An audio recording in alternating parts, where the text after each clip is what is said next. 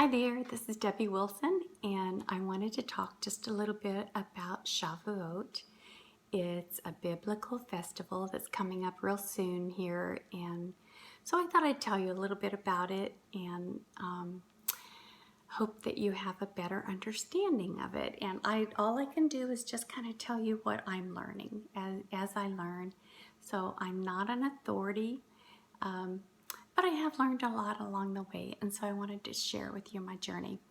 So Shavuot means weeks, and so it's also known as the Feast of Weeks, and in Christianity it's known as the Day of Pentecost. So your church probably actually celebrates this biblical festival, and you just didn't know it. So in review, there are 7 festivals, and the word for festivals in Hebrew is moedim. That means appointed time or appointment. So these are appointments that we have with the Lord, and they're yearly, and He promises to meet us, and He asks us to do, He being the Father, He asks us to do these forever throughout all our generations.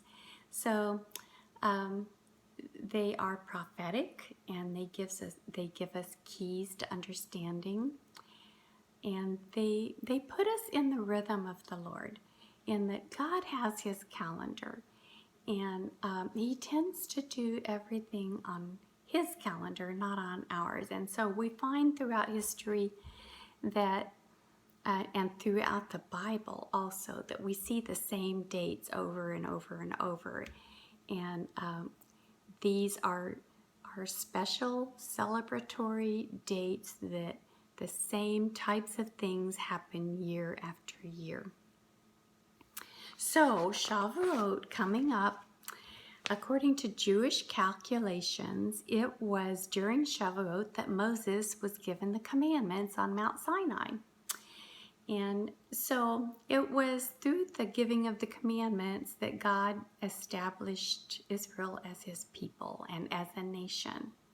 So it was a covenant. And let me see. Shavuot and the giving of the commandments is likened to a betrothal or a wedding. And the commandments are kind of like a ketubah, or it's a written marriage contract.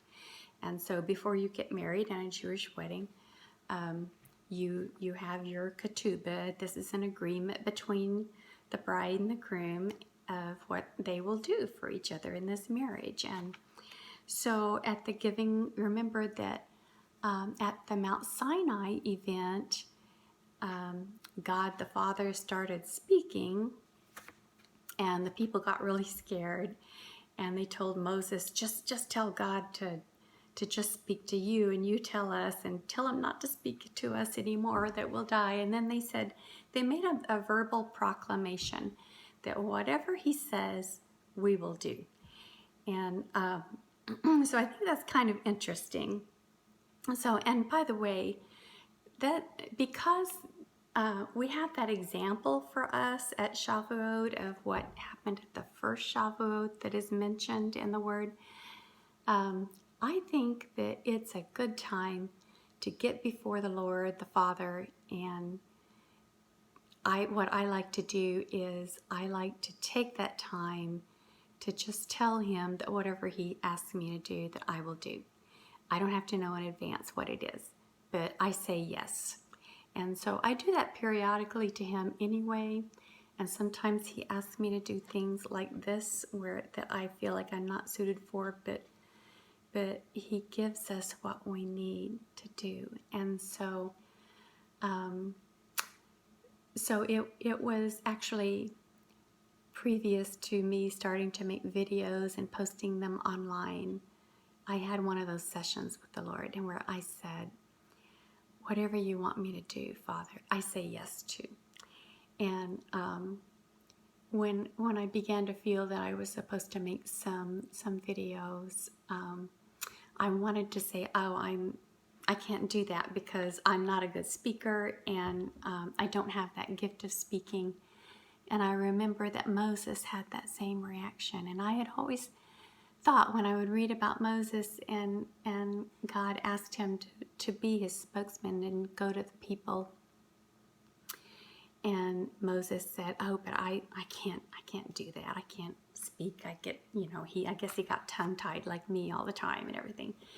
And I remember always reading that and thinking to Moses, didn't you know that God would give you everything that you need to do what he wanted you to do? And so it's kind of a reminder to me. It's easy for us to look in hindsight and think that about Moses, but we have Moses' example and all of our forefathers' example to us, that we know that whatever the Father gives us to do, that he will also enable us to do. So thank you for sitting through and listening to my efforts at trying to teach you about the feasts of the Lord. Okay, but back to that. So at Shavuot, it was like a wedding.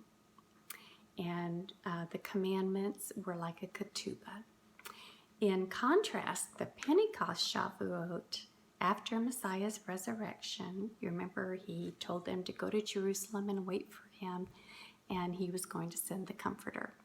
Well, we had a new covenant and a new marriage contract written upon our hearts. And this was foretold by the prophet Jeremiah in Jeremiah chapter 31, beginning with verse 31. And I'll just read that real quick. And it says, "See, the days are coming, declares Yahweh, when I will make a renewed covenant with the house of Israel and with the house of Yehudah, not like the covenant I made with their fathers in the day when I strengthened their hand to bring them out of the land of Egypt.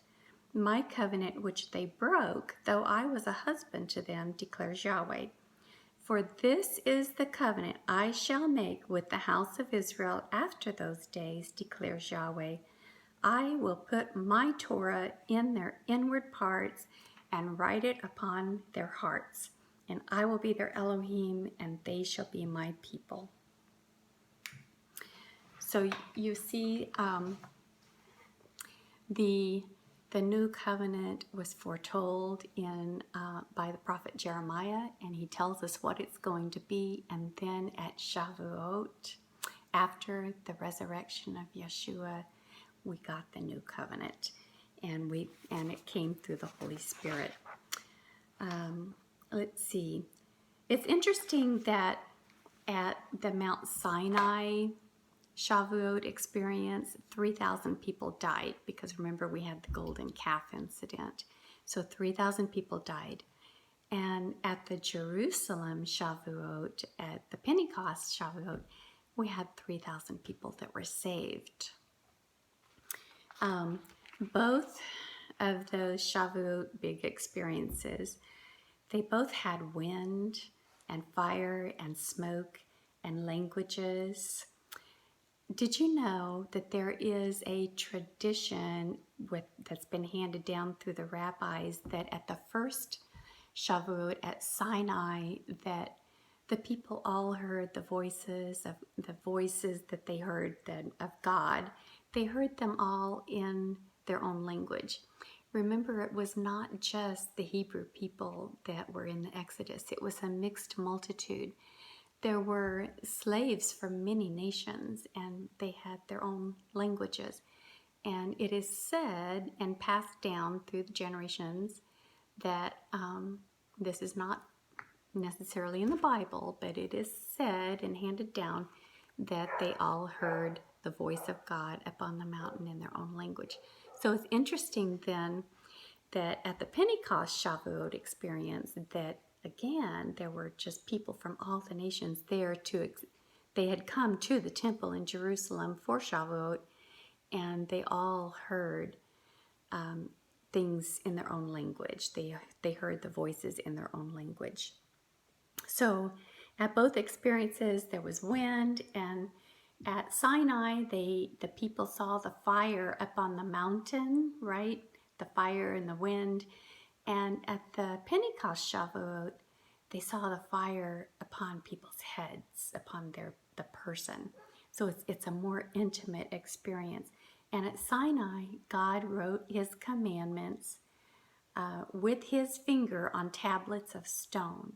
At the Pentecost experience, God wrote the law upon the tablets of our hearts with his Spirit. So there's most definitely connection here.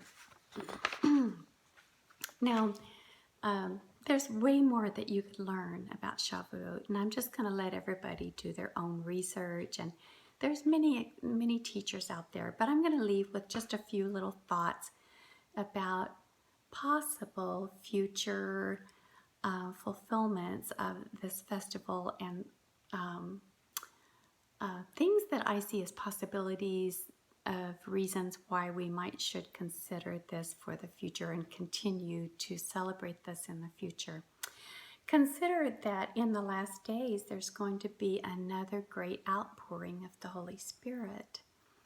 And since this happened on Shavuot, after the resurrection of Messiah, it just seems to me that it would fit the pattern of God's calendar if it would happen again, maybe again on a future Shavuot. We don't know, but, and I don't know, I'm not saying this for certain, but it just seems to make sense to me that it could be a very real possibility. And then there's the idea of the resurrections. Remember, Yeshua was resurrected on the Feast of First Fruits, and that is the first fruits of the barley in the springtime. And the barley is the first that comes up out of the ground in the spring. And Yeshua was the first to be resurrected from the earth. But there were others that were resurrected with him, if you'll remember, and walked the earth with him. So that was the first resurrection. So could it be that a second resurrection, when Messiah comes back, could it be possible that Shavuot could be a resurrection? Here's why. Shavuot is actually another first fruits. It's the first fruits of the wheat harvest, where the wheat, the first of the wheat, comes up out of the ground. And so it kind of makes sense to me that when Messiah returns, that it's possible that people, the saints, or those who belong to Messiah and walk in his ways, and that those who are the elect who will be resurrected at that time, that it could be a Shavuot date line for that. And then consider possibly, so Messiah comes back, and then my understanding is that there will be a millennial time of 1,000 years where he reigns here on earth. And then there will be a final resurrection. And the fall feasts also have a first fruits. They are the first fruits of the grapes and the olives. And the thing about grapes and olives, the grapes and olives both have to be crushed and squeezed and pressed. So could it be that final resurrection in which everyone is resurrected, even those that don't belong to Messiah, there are those that are going to be resurrected to judgment. And so those are the people who have to go through the pressing and the squeezing of the tribulation. Now, I don't go along with the whole idea of rapture in the Christian mindset of rapture, in that it doesn't really line up biblically. That concept of rapture actually is a recent phenomenon. I think it was back in the 60s that someone came out with that whole concept, and it stuck, it took hold. But there are a lot of things that just don't quite line up with that. I do believe in that next upcoming resurrection at the return of Messiah, that there will be people who get to be protected through this. I don't know for sure if they will be taken to a place of protection, or if or if Yeshua is just going to protect us through it as we walk through it. I'm not sure exactly, but we still have so much to learn, and we have a lot of information coming out that we simply did not have years ago. And it's just an exciting time, and we're in an age when knowledge really is increasing here in the last days. And so we're having to reevaluate a lot of our old concepts and learn new things. And what I tell you next week might be a little different than what I'm telling you even now, because we're just learning so much. And so thank you for listening to things that I have learned so far, and I hope that you go on your own journey, and I hope you'll consider celebrating the festivals of the Lord, because it has just really added so much depth and dimension to my study and to my relationship with the Father. So, all right, thank you, and if you have any questions, I'll do my best to answer your questions or to find someone who can answer them for you. Okay, thank you. Bye-bye.